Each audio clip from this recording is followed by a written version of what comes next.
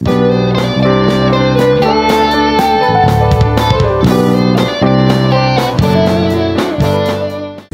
for tonight ay the reality of storms. And so dahil nga na haharap tayo, di ba, sa bagyo tsaka sa mga ulan, ganyan. So mahalaga na mapaalala po sa atin itong Mark 4:35 to 41. Yan. So basahin natin yung text natin sa Mark 4:35 to 41. Sabi, kinagabihay, sinabi ni Jesus sa mga alagad, tumawid tayo sa ibayo. Yan. Tapos 36, kaya iniwan nila ang mga tao at sumakay sila sa bangkang sinasakyan ni Jesus upang tumawid ng lawa. Sabi, may iba pang mga bangkang nakisabay sa kanila. Habang naglalayag, inabot sila ng malakas na bagyo, kaya ang bangkang sinasakyan nila ay tinampas ng malalaking alon at ito'y halos mapuno na ng tubig. Verse 38, si Jesus ay natutulog noon sa may hulihan ng bangka. Nakahilig sa isang unan, ginising siya ng mga alagad at sinabi, Guro, baliwala ba sa inyo kung mapahamak kami? 39, bumangon si Jesus at sinaway ang hangin, tigil at sinabi sa lawa, tumahimik ka. Tumigil na ang hangin at tumahimik ang lawa. Verse 40, pagkatapos sinabi niya sa mga alagad, bakit kayo natatakot? Hanggang ngayon ba'y wala pa rin kayong pananampalataya? And verse 41, natakot sila ng labis at namangha. Sabi nila sa isa't isa, anong klaseng tao ito? Pati hangin at lawa ay sumusunod sa kanya. Ayan. So, diyan natin mababasa yung na-experience ng mga disciple na bagyo din sa kanilang buhay. And actually, kumbaga literal na bagyo nga yung naranasan nila. Pero syempre, we never know bakit pinaranas sila ng Panginoon ng bagyo na yon. Pwedeng kumbaga isipin natin kumbaga parang parte yun ng kanilang training, di ba? Or pwede rin na pinagkas sila ng Panginoon during that time kung natutunan na ba nila lahat ng mga tinuro ni Jesus sa kanila. Yan. Tapos nung etong nakaraan nga, may mga parang may in-interview si yan. So may in-interview si Sidrot na sinasabi nga doon na mag-ready daw tayo sa October kasi merong mga mangyayari daw sa October na parang sa church more glorious. Tapos pero may mga mangyayari nga daw sa iba't ibang bansa na parang unprecedented na naman daw. Kasi nga parang yung mga balita nga ngayon, di ba? Parang kakaiba na nga din. Tsaka kumbaga parang syempre, pero yun nga, ang sinasabi naman ng iba na yung nangyayari daw ngayon, mga birth pains, pero ano pa man, di ba, alam natin na yun nga, kumbaga parang iisa lang yung dapat na gawin, kundi yung tumawag pa rin, magtiwala sa Panginoon. Tsaka naalala ko nga yung pagpatungkol nga sa bagyo, lagi ko naaalala na lilipas din to, di ba, tapos matatapos din yung bagyo, basta manalangin tayo, di ba, tsaka magtiwala sa Diyos. Kasi ang sabi nga dito sa sa introduction natin, sabi, storms in life are not optional. They are inevitable. Diba? May tinuro nga nun si Pastor Mer na ang storm daw sa buong mundo, necessary talaga siya, diba? Essential siya. Parang mayroong mga binabalanse kasi yung kumbaga yung storm, kaya kailangan din daw talaga siya ng mundo. And sabi nga sa spiritual naman na buhay, even faithful believers go through storms. Andyan yung mga relational storms, financial storms, emotional storms, tsaka spiritual storms. Pero ang good news nito ay basahin nyo ngayong baba, God is with us in the storm, diba? So, ano man yung mga storm na maranasan natin, pero ang mabuting balita dyan, God is with us in the storm. Diba? Kung parang si Lord, hindi siya nagpapanik sa bagyo na meron tayo, hindi siya kagaya ng mga tao na nawawalan na ng diba? Kumbaga ng parang pasensya o kaya naman nawawala sa sarili. Ang Diyos, alam niya kung ano yung ginagawa niya, diba? Kumbaga kaya hindi dapat tayo kabahan, hindi tayo dapat magpanik, kailangan magtiwala tayo sa Diyos. And sabi nga, peace is not the absence of storms, it's the presence of God in the storm. So yan daw po ang ibig sabihin ng kapayapaan. Hindi naman siya yung kawalan ng storm, di ba? Kundi sa gitna ng storm, nandun ang Diyos. So, yun yung peace na tinatawag. Kaya sa mga bagyo ng buhay na nararanasan natin, kapag si Lord ay nasa buhay natin, di ba, meron pa rin tayong kapayapaan. Okay? Pero medyo kasi kung parang na-distort yung isip ko ng mga nakita ko sa social media itong nakaraan, na kumbaga parang merong, syempre may nag-a-arise na naman na parang issue sa government, lagi namang ganyan. Tas at the same time, parang, yun nga, kumbaga parang, pero yun nga, papasok ka pa rin sa intercession tsaka sa pagpe-pray. Pag kasi halimbawa, ikaw yung taong nakapunta nga sa ibang bansa, di ba? Halimbawa, pag nakapunta ka sa ibang bansa, hindi maiwasan na maikukumpara mo talaga yung Pilipinas sa ibang bansa. Na parang wish mo nga lang talaga. Totoo naman talaga yung sinasabi ng ibang kritiko, na kapag yung ibang bansa, napansin mo yung mga, sistema ng kanilang transportation, sistema ng mga kanal nila, parang wini-wish mo lang, sana ganun din yung mangyari sa Pilipinas.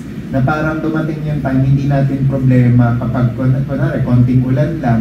Diba? Halimbawa, dyan nga sa City Hall, dun sa parang munisipyo, from time to time ba, ganun na lang ba lagi yung sitwasyon, di ba? Hindi ba pwedeng gawa ng gobyerno ng paraan yon, parang ganun. Kaya ang wish mo na lang, ang prayer mo na lang talaga, na ganun yung mangyari sa Pilipinas din. Pero yun nga, dun papasok na dapat, hindi mo na lang i-criticize yung gobyerno. At the same time, tumulong ka na lang, tapos yun nga, ipanalangin natin na umasenso na lang talaga yung ating bansa and yung Pilipinas, di ba? Pero yun, parang kami naman ni Ate Mer yung tatanungin nyo about dyan. Kailangan kasi may mabasag talaga sa Pilipinas na kailangan i-review tapos ipag-pray. And number 1 na nga yung corruption, tapos pangalawa, yung sa tao naman, yung poverty mentality. Na parang kumbaga parang kasing nasa isip din kasi ng tao yun na kung halimbawa, iniisip ng tao na hindi nauunlad yung Pilipinas, yung asenso, ganyan, mas lalong nagiging kumbaga nagmamanifest, di ba? Pero kung lahat tayo, i-redeem natin yung isip natin regarding this matter, di ba? Yung isip natin, babaguhin natin, di ba? Tapos gagawin natin yung best natin, di ba? In a practical sense and in a practical way, di ba? Kumbaga, uunlad tayo talaga, aasenso talaga tayo. Pero yun nga, dito kasi, pinapaliwanag ano yung purpose tsaka reality ng storm. Okay? So, commercial lang yun. And then number 1, ano ba yung ibig sabihin ng storm o realidad ng storm? Una, storms are a part of life. Hindi talaga natin may iwasan yan. Diba? Meron bang taon, taas ang kamay, na makakita na kayo ng hindi tayo binagyo? Diba? Lahat naman, kumbaga parang lahat ng taon, merong bagyo. Diba? Kumbaga parang may mga parang may mga set of buwan lang na talagang dinadalaw tayo ng bagyo. Pero yun nga, sa bagyo na yon o sa storm na yon, ang pinakamahalaga, paano ka bang nagre-react, paano ka bang nagre-respond dun sa bagyo na yon. And sabi nga, yan daw talaga ay parte na ng buhay ng tao, di ba? So nabasa niyo yan sa Mark 4:35-37, kahit ang disciple, kahit si Jesus, hindi nakaiwas dyan, di ba? And sabi, Jesus himself said, in this world you will have trouble, di ba? So kasi ang tinuturo dito, spiritual sense, tapos yun nga, practical din, di ba? And sabi, storms come even when you are in the center of God's will. The disciples followed Jesus' command to cross the lake, di ba? Pero ganun pa man, nakaranas sila ng storm, di ba? Pero, di ba, naalala ko nga yung kay Pastor Bong Saking, naman talaga whether nasa kalooban ka ni Lord, o kaya naman, kagaya ka ni Jonah na sumusuway kay Lord, may mga storm ka na madadaanan. Pwedeng yung storm na yon, pagpipigil yon, di ba, sa pagsunod mo sa Panginoon, o kaya naman yung storm na yon ay ibabalik ka, di ba, sa tamang landas mo, papunta sa Panginoon, kagaya nga nung kay Jonah. And sabi, being a Christian does not exempt us from problems or storms. Kaya nga, sabi mo sa katabi mo, hindi ka exempted. Diba? So, tayo, sa buhay natin, may mga mararanasan din tayong mga storms. Diba? Ngayon, kailangan marunong ka, diba, na humarap sa storm na yan. Kailangan pinaghahandaan mo, kailangan edukado ka Di ba? Kagaya nga ng mga sinasabi, di ba, na for example, yung mga parang inuutusan na mag-evacuate. Tama ba? Evacuate. Diba? So kapag kunwari may warning na gano'n, na yung mga marurunong na tao, dapat yung mga tao nakikinig na sila. Or else, di ba, mapapahamak nga kasi yung mga tao yun. Okay? And then sabi nga dito, may missionary nagsabi, a missionary once said, I thought following God would mean smooth sailing until I realized the safest place to be is not in the calm but in His will. Diba? So yan ang sabi yan ng missionary na akala niya, diba, pag nag-follow siya kay Lord, smooth sailing na.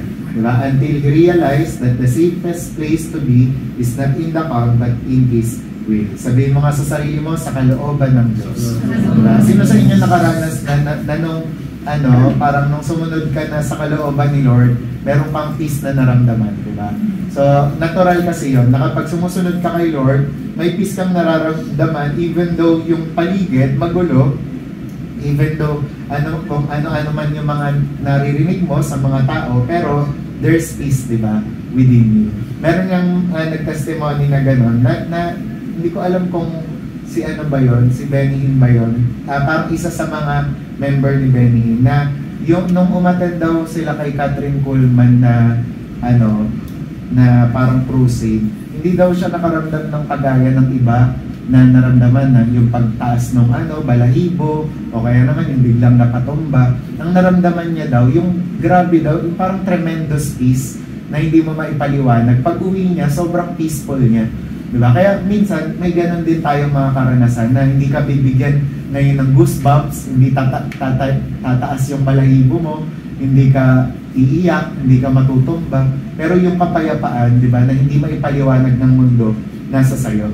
Diba? Kasi meron kang ang Jesus sa puso. Nasa sayo yung Espiritu ng Diyos na nagbibigay ng kapayapaan. Kaya we pray, diba, nasa kumaga parang ako, kilala ko nga rin dito yung nagka-testify sa akin na pag talagang umuulan, talaga bumabaha sa kanila. Pero ang galing kasi kada nakikita ko yung tao na yun, ngiti lang siya, di ba? Parang ang saya-saya lang ng buhay, hindi niya intindi yung mga baha sa kanila. Kasi yun nga, kumbaga parang iba talaga kapag may Jesus ka sa puso. Unlike sa iba, di ba, kung iba yun, susuko na yun, o kaya naman, akala nila iniwan na sila ng Panginoon, di ba? So yun. And then pangalawa, na realidad ng storm, storms reveal what's in our hearts. Yan. So, totoo talaga yan, di ba? Na ang bagyo, nire-reveal niyan kung ano yung nasa puso mo. Di ba? Kagaya ng sa Mark 4:38, nung natakot na sila, bigla silang napatanong, di ba? Guro, baliwala ba sa inyo kung mapapahama kami? Di ba? Pero ang totoo, nakita na nila si Jesus magpagaling ng bulag. Nakita na nila si Jesus buhay ng patay, di ba? Nakita na nila si Jesus na magpakain ng 5,000 mga tao, di ba? Pagka nga daw, sinama mo pa yung mga babae tsaka mga bata doon sa 5,000, 15,000 pala lahat na mga pinakain ni Jesus. Pero sa isang iglap lang, sa isang bagyo lang, di ba? Nabago lahat ng mga reaction nila patungkol kay Jesus, di ba? Bigla silang nagduda. And sabi nga, storms reveal our fear, doubts, and how much we really trust Jesus. And ako minsan, hindi nga rin talaga ako exempted dyan. Kasi minsan, yun nga, kapag ko na rin, di ba, pag kulang ka sa pray, pag kulang ka talaga sa, kumbaga parang alam mo yung concentration mo kay Lord, nagkulang, minsan ka talaga, parang minsan makakaranas ka ng mga ganyan, yung mga fear, yung mga doubts. Kasi nung nakaraan, sinasabi ko yung kay Risa, tsaka kay Ison, sabi ko, kay Risa, sabi ko, kaya ba natin, ganyan. Kasi nga, yung si Ison nga kasi yung, magluluto ng pagkain. Tapos last minute na, Friday, Saturday, hindi ako makatulog. Ang tulog ko, alas 2, mga, ganyan, 2:30. Alam niyo kung iniisip ko, yung pagkain kasi. Sabi ko, makakakain, tanongin niyo si Tim, tapos yung mga kids church teacher, pinag-survey ko pa sila kung anong kung sino yung mga susubuan lang, kung sino yung nakakakain na ng totoo, kung sino yung full meal, yung single meal, ganyan. Tapos ang dulo, lahat pala makakakain, di ba? Lahat pala full meal, di ba? Parang sa part ko, after ng anniversary, pinapagalitan ko yung sarili ko.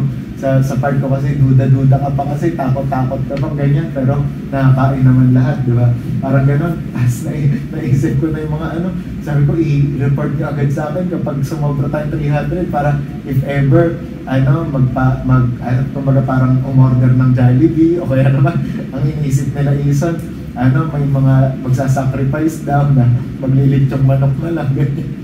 Parang ang dami kong iniisip nung time na yun. Kaya yan, kapag nakakaranas kasi tayong mga ganyan, di ba? Sumasagi talaga sa atin yung mga doubt, yung mga takot. Tsaka, yun nga, nung time na yan, nagsasorry din ako kay Lord. Kasi parang sa part ko, pinaranas na nga ako ni Lord nung 10th year anniversary na napakain naman lahat, abundance naman lahat, di ba? Tapos yung lugar pa natin, 35,000. Tapos yung mga pagkain, ganun din, halos ganun din. Tapos takot-takot pa ako, overthink pa ako, di ba? E minsan, ganyan din tayo. Nakakaranas tayo ng mga ganun, di ba? Pero ito nga, pinapaalala sa atin ng Panginoon na kapag kasama natin siya sa bangka, everything will be alright. Amen. Tapos pangalawa, sabi nga, the disciples question Jesus care just like we sometimes do, di ba? Aray. Ayan, sorry, di ba? Sorry, Lord. Ayan, di ba? Kumbaga parang, minsan kasi pag nakakaranas tayo ng bagyo, kagaya ng mga disciple, nagtatanong din tayo kay Jesus, Lord, may care pa ba talaga? Di ba? Pag na rin, may mga, tayo, kumbaga parang nararanasan tayo na parang heartbreaking, na nakakakaba, di ba? Parang, Lord, nakikita mo ba ako? Andiyan ka ba talaga? Totoo ka ba? Parang mga ganun, di ba? Yan nga, God, don't you care? Di ba? Pero yan, storms reveal what's in our hearts. Kaya naman, di ba, kapag nakakaranas tayo ng mga storms sa buhay, ang maipamalas natin ay ang pagtitiwala sa Diyos. Okay, amen, Pastor Hel. Amen. Amen. Sabihin mo sa sarili mo, ituro mo yung pangalan mo. Amen. Ella. Amen. Di ba? And sabi nga, kaya dito, sabi ang tanong, ang application natin, examine your reaction during crisis or crisis. Nagpapanik ka ba? Nagko-complain o nagpe-pray? Di ba? Kasi yan lang naman ang pwede mong kumbaga parang i-react o kaya naman i-respond. Pero ang pinaka maganda talaga na gawin is mag-pray. Di ba? Kaya sabi mo sa katabi mo, tama yung inatinan mo ngayon. Yeah, tama, andito tayo ngayon. At sa Google Meet din, mag-heart po kayo kung kayo po ay nag-amen. And so, storms reveal what's in our hearts. Pangatlo, pero tatandaan natin, yun nga, sa reality of storm, Jesus is with you in the storm. Ayan, nasa kasama natin si Lord sa storm na to. Mark 4:38, sabi si Jesus ay natutulog noon sa may hulihan ng bangka, nakahilig sa isang unan. Ako ilang beses ko nang nabasa yung verse na yan, pero kada nababasa ko, nare-rebuke pa rin ako palagi, nako-correct pa rin ako palagi. Diba? Kasi yun nga, yung sermon ni Robert Slardon na Jesus had a pillow, grabing laging sampal sa akin, tsaka rebuke sa akin. Kasi ang pinaka-mensahe nun, di ba, una, si Jesus nagre-rest siya. Pangalawa, si Jesus natutulog siya. Tapos pangatlo, si Jesus, kapag may bagyo, tinutulugan niya lang. Hindi siya natatakot, hindi siya nag-aalala. Kaya ako, prayer ko talaga yung ganun, na Lord, kapag may bagyo ng buhay, sana natutulog ako, di ba? Parang magkakabaliktaran nga kasi, nung time na pinagpe-pray ni Jesus yung mga disciple, tulog sila. Diba? Ngayon, nung trip naman ni Jesus na matulog, sila naman yung aligaga, worry. Tapos si Jesus, ginigising nila, diba? Natutulog na nga si Jesus. Nai-gets nyo? Na parang sa part ko, ang intindi ko dito, nung si Jesus ay nag-OPM, pinag-pray niya na yung bagyo na yun, pinag-pray niya na yung disciple. Kaya dapat matutulog na sila nun. Parang kumbaga kung halimbawa si Ate Beck lang din magsasabi, dapat ang ginawa na lang ng disciple, nakitulog na lang sila. Diba? Kasama ni Jesus. Kumbaga parang sinabayan na lang nila si Jesus. Diba? Kung sinabayan nila si Jesus mag-pray ng OPM, edi sana sumasabay sila kay Jesus nung natutulog. Okay, nag-gets nyo? Ayan, diba? Kaya dito, sinasabi nga na yung kumbaga parang dapat magtiwala tayo sa Diyos, manalangin tayo. And tatandaan natin that Jesus was present in the boat. Sabi, He was not far, He was close. Kaya yun yung tatandaan natin na hindi porket may bagyo, wala na si Lord, di ba? At kumbaga instead, mas close pa nga siya. Sabi, His silence is not indifference, it is confidence, di ba? Pagka si Lord, parang feeling mo tahimik, parang feeling mo natutulog siya, hindi daw yun indifference o kawalan ng pake. Confidence daw yun. Kumpiyansa siya na everything will be alright pag nandito kayo sa akin. And sometimes, Jesus is allowing you to go through it so you will know who He really is, di ba? Minsan may mga ganun nga, na dati si Ate Beck na umiiyak pa siya habang naliligo.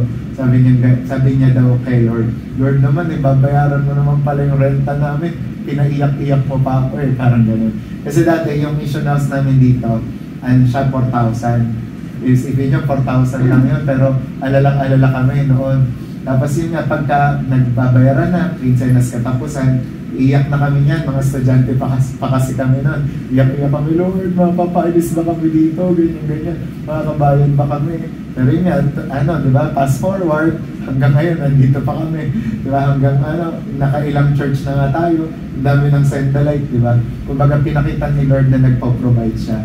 And minsan, paparanas talaga sa atin ni Lord yung mga ganong storm, yung mga ganong problema. Kasi para makita natin kung sino talaga siya. Amen? Yan. Paparanas sa'yo ni Lord na minsan parang kulang, di ba? Minsan parang babagsak ka, di ba? Minsan yung parang may mga parang problema na hindi mo kaya, di ba? Pero para maipakita sa'yo kung sino talaga siya. Amen? Amen. Kaya nawa, kapag may mga storm tayo nararanasan, makita natin kung sino talaga si Lord, di ba? Mag-prove ni Lord kung sino siya sa mga buhay natin. Okay? And then next natin, and tapos, tatandaan natin, sa reality din ng storm, ano sabi dyan? Jesus has power over every storm. Diba? Father, you are King. Over the flood. Yes. Si Wendy, alam niyo si Wendy. And so, yan yung pinakanta sa tuwing may bagyo. Si Wendy.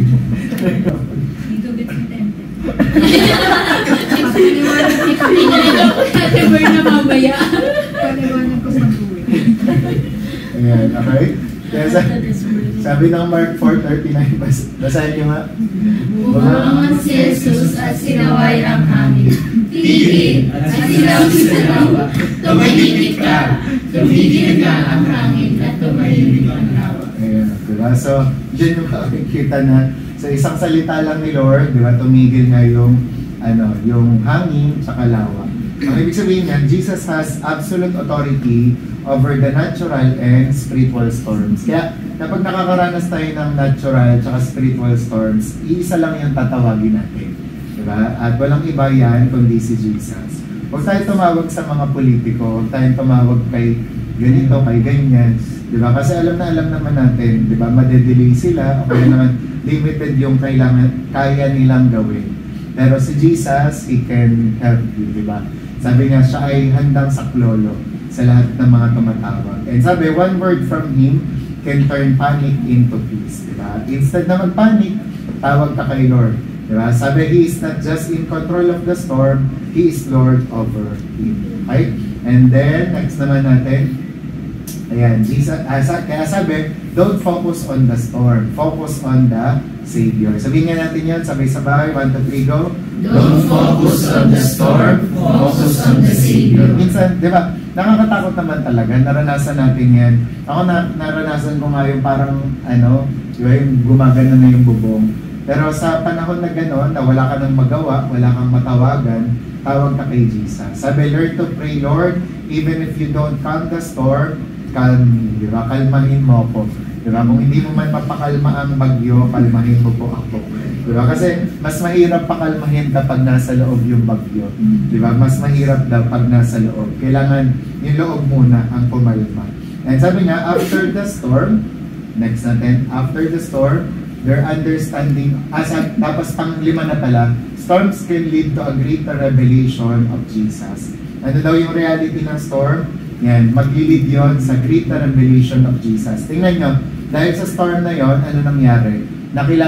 Mas lalong nakilala ng mga disciples si Jesus. Sabi, natakot sila ng labis at namangha.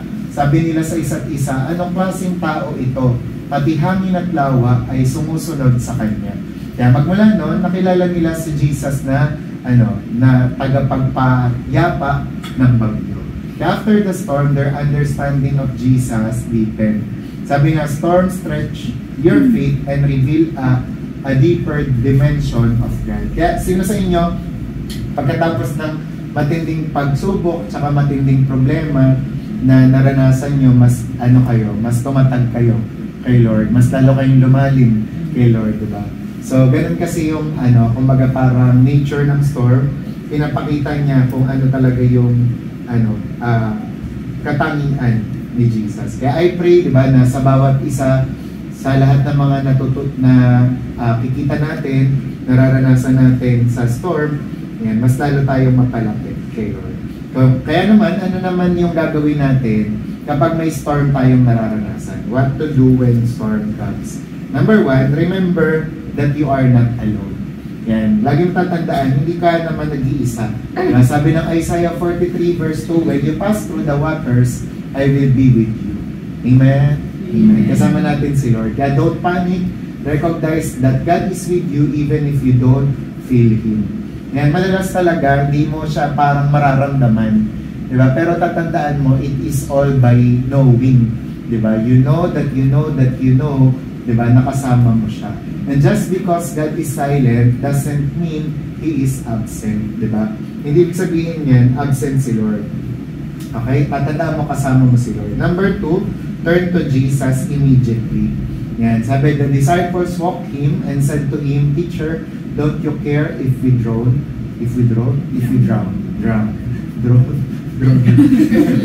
Ayan. Kaya instead of running to fear or complaining, run to Jesus in prayer. Diba? Instead na mag-complain, instead na mag-post sa social media, mag-pray tayo.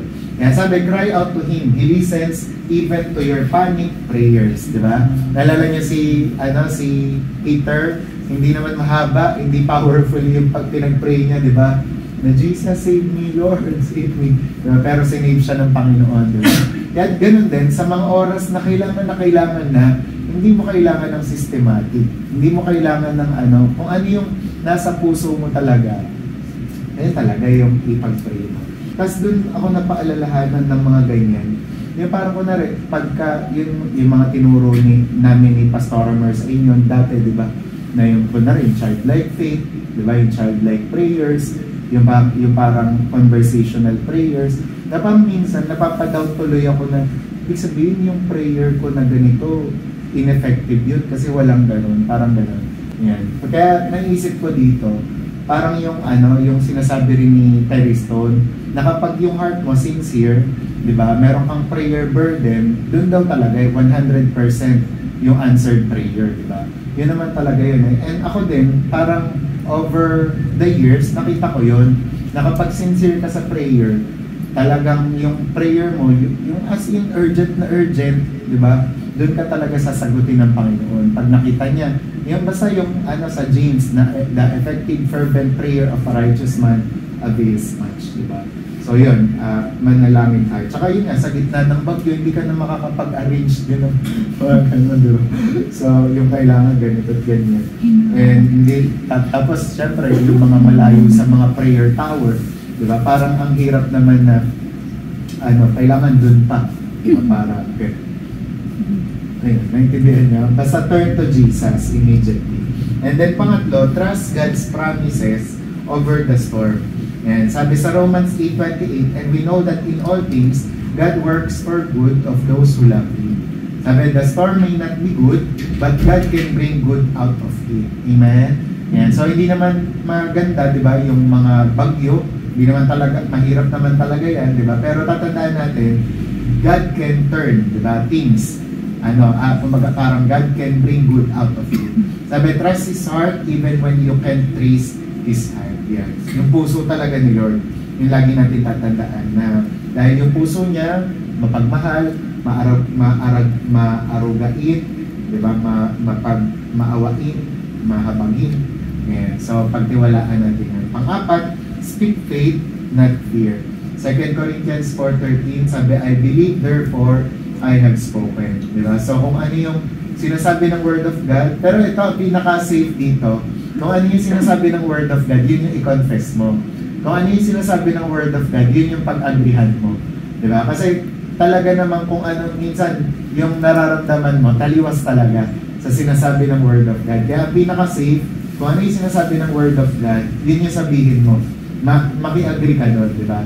And yun nga, replace worry with worship. Yeah. So, instead na mag-worry ka, mag-worship ka na lang. Di ba? Kaya nga sabi din nung sa It's Supernatural, ngayon daw last days, ang pinakamaganda daw, ang pinaka-effective daw na panlaban natin sa warfare natin ay radical obedience. Kasi di ba, pag may radical obedience ka, hindi ka mabibigyan ng accusation ng kaaway. Hindi ka niya tatapatan ng legal right. Tapos pangalawa, yun nga, yung mag-worship ka daw. Kada nag-worship kasi tayo, weapon yun, di ba, na nagpapabingi, nagpapagulong sa lahat ng demonyo. And sabi, declare the truth that God is in control. And sabi, talk to your storm about your God. Diba? Yung kagaya ng lagi nating sinasabi, kino-confess na mas malaki ang Diyos kesa sa problema, mas malaki ang Diyos kesa sa bagyo. Panglima naman, anchor yourself in the Word of God. Anchor yourself in God's Word. Kasi sabi ng Psalm 119, 105, your Word is a lamp to my feet and a light for my path. Diba? Kasi pag alam mo yung salita ng Diyos, hindi ka talaga matatangay.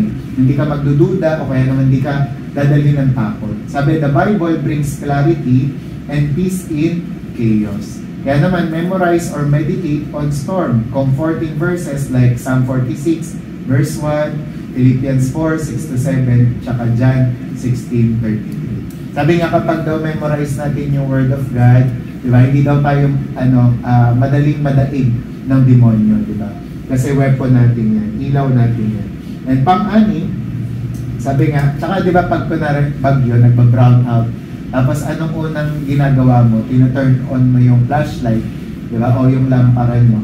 Tapos yun yan, nawawala yung kaba at takot mo sa dilim. So ganun din sa Word of God, kapag tino-turn on mo yung Word of God, nawawala yung fear mo, nawawala yung kaba mo. And then pang-ani, ito yung napakahalaga din, pag daw may storm, don't abandon the boat.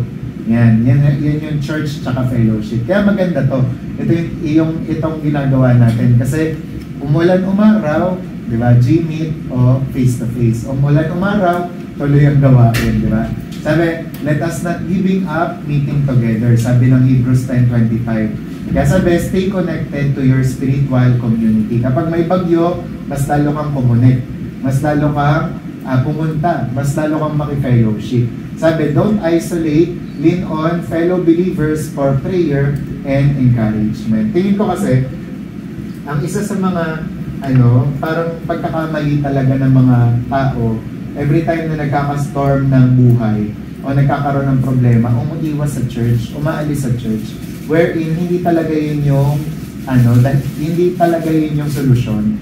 Tsaka minsan, parang yun nga, parang may problema kasi tungkol dun sa pagje-general eh. Diba? Halimbawa may problema, kunwari may tampo ko kay Buninay. Ibig sabihin ba, buong church na iiwan ko dahil lang kay Buninay?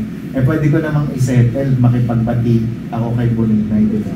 So ganun, parang don't abandon the boat and church and fellowship kung may problema. Kaya sabi mo sa katabi mo, huwag aalis. Kaya yun, parang minsan kasi, tapos yun nga, kumbaga parang diba, yun nga rin yung parang dilema ng mga, sige, huwag na nga. Dahil yung kumbaga parang,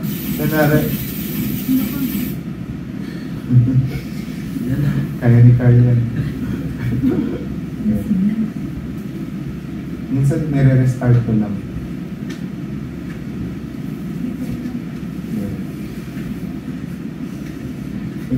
Hindi. Alam niyo naman siguro yung sasabihin ko. Ayan.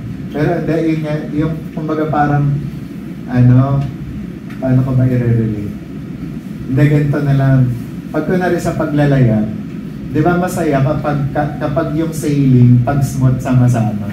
Di ba? Pero dapat, kapag stormy rin yung yung sama-sama din. Nagigets niyo ako? Hindi yung kunwari, parang nakita mo lang anniversary, di ba? Bigla mong na-miss. Di ba? Kumbaga parang, yung parang ang gusto ko mangyari, whether masaya, malungkot, andyan ka. Yung iparamdam mo that you are brother and sister. Di ba? Na, yun nga, kumbaga parang, pero, ayun nga, gusto ko yung mga thought, tsaka kaisipan na gano'n, na nami-miss yung church na kapag ganito, tsaka nakakamiss naman talaga yun. Pero ako kasi, hindi ko naman sa pinagyayabang yung sarili ko. Nung panahon na ako yung youth, pinakita ko talaga kay Ate Beck, tsaka kay Ate Ruth, na malungkot kayo masaya kayo, sasamahan namin kayo. Diba? Hindi yung kunwari, kasi, tsaka yun nga, total naman, tayo lang nandito, palaliman na yung, usapan natin. Yun talaga, kumbaga parang sumama ka pa rin sa church, whether yung church dumadaan sa ganito, sa ganyan, di ba? Yun. Gets niya? Okay? Para, kasi meron tayong mga, di ba, naalala niyo yung parang, turo na may Christian na eventually, may Christian na occasionally, pero may Christian na faithful talaga, tsaka committed. Diba? So, may mga pagkain o wala, andyan sila. Diba? Pero gusto natin maraming pagkain. Diba? Kaya kumbaga malungkot, masaya, prayer warrior, prayer marathon, worship explosion, o sportsman, diba? Nandyan tayo. Hindi lang sa mga masasayang pagkakataon. Okay? Gets? Gets. Yan. Kasi, for example, kayo, trip nyo yung gano'n, ang kaibigan nyo lang, marami lang kayong kaibigan pag marami kayong pera. Diba? Pero pag wala na, hindi mo na friend. Diba? So nag-gets nyo ako. And then, pang-pito, pero ako, yun nga, gusto ko, dami sinasabi. Pero ako gusto ko, ayoko na mamana nyo, o kaya naman, ayoko na, yung parang magkaroon tayo ng ganong ugali na ang tagal natin mag-move on. Gusto ko parang kapag kunwari may bumalik, ang bilis natin mag-move on na parang as if wala silang ginawa. Yung parang ang bilis natin magpatawan. Nagigets niya. Yung ganon. Kasi parang iniisip ko, paano ba sila sa amin?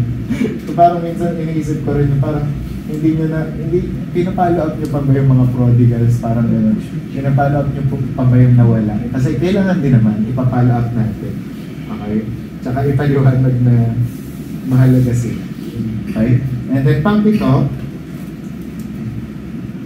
yan. Pang-pito, and let the storm shape you, not break you. Pero hindi porket natawa ako, hindi ako seryoso. Yan. Tsaka pinagtatawanan ko lang yung bagay na yan. Sobrang halaga ng bawat tao. And sabi nga, let the storm shape you, not break you. Ayan naman, kapag nagkakaroon ka ng storm sa buhay, huwag mo itong hayaan na i-break ka.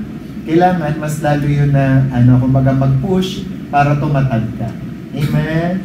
Diba? Ako na rin, may mga nagkikriticize sa'yo, o kaya naman meron kang problema, dyan mo kailangan hasain yung pananampalataya. Sabi nga, consider it pure joy whenever you face trials so that you may be mature and complete. Diba? Sabi nga, storms can build your faith and spiritual maturity. Kasi sa storms na yan, diba, mas lalong nabibuild ang iyong pananampalataya. Pagka halimbawa tinanong niya yung mga nagsisiman, magsisiman ba dito? Diba, sa pagsisiman kasi, meron sila ng simulation na parang room na parang simulation area. Tapos yan, kumbaga parang pagpapracticein sila na mag-drive ng barko, na still yung dagat.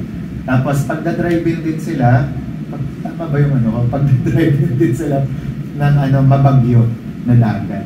Tapos yun nga, kung saan mabagyo, doon pa nga mas lalong nade-develop na gumaling yung seaman, tsaka yung Hindi ako marunong sa mga term, pero yun, ganun yung nangyayari. Mas nagiging magaling sila. Sabi, let God use the storm to deepen your character, humility, and trust. Kaya sa Kristiyanong pamumuhay, kung sino daw yung mas marami ang mga napagdaan ng bagyo ng buhay, sila daw yung mas tumatatag.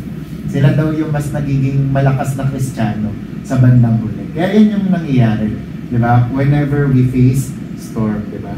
Kaya ito rin, papasok din naman dito na bumibilib talaga yung ibang bansa naman sa atin. Di ba? Yun naman ang ano doon. Yun naman ang ano doon. Kumbaga pang papalubag loob.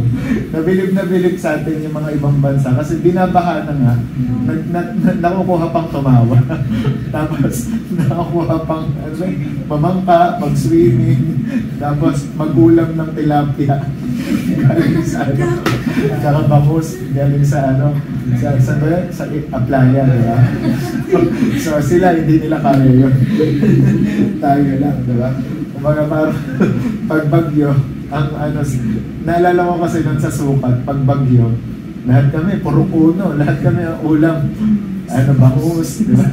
Sinigang, prito, basta bangus, ilang araw yan, diba? Kasi yun nga, inaanod lang yung bangus. Inaanod yung bangus sa amin. Diba? Yan yung angat ng Pilipinas sa ibang bansa. Hindi nila kaya yun. Okay, kaya sabi nga, let the storm shape you, not break you. Sabi mo sa katabi mo, dapat umiigi ka. And then, pangwalo, last na to. Pangwalo, kapag may storm, basa. Keep your eyes on Jesus, not the waves. Yan, not the waves. Sabi sa Matthew 14:30, but when Peter saw the wind, he was afraid. Diba? Tapos, alam niyo nangyari kay Peter, lumubog siya. Kaya kapag ang mata natin napunta yan sa wind and the waves, doon po tayo nagsisimulang lumubog. Pero kapag na kay Jesus tayo, we will walk with the impossibilities of life. Sabi nga, don't focus on circumstances. Focus on Christ, di ba? Pero yun nga, kapag feeling mo na focus ka na sa mga circumstances, hingi ka ng tawad kay Lord, hingi ka ng sorry kay Lord, tapos balik ka ulit, di ba? I-fix mo ulit yung tingin mo sa Kanya, di ba? And aayusin ni Lord lahat ng bagay sa'yo. And ang dapat natin gawin, keep worshiping, di ba? Kumanta lang kayo, gayahin natin yung mga ibon, na kahit sa panahon ng bagyo, umaawit pa rin sila, di ba? Keep praying, manalangin tayo. Lalo na ngayon, ngayong prayer meeting, ipag-pray natin yung mga binalita na affected areas. In-screenshot ko yun kanina.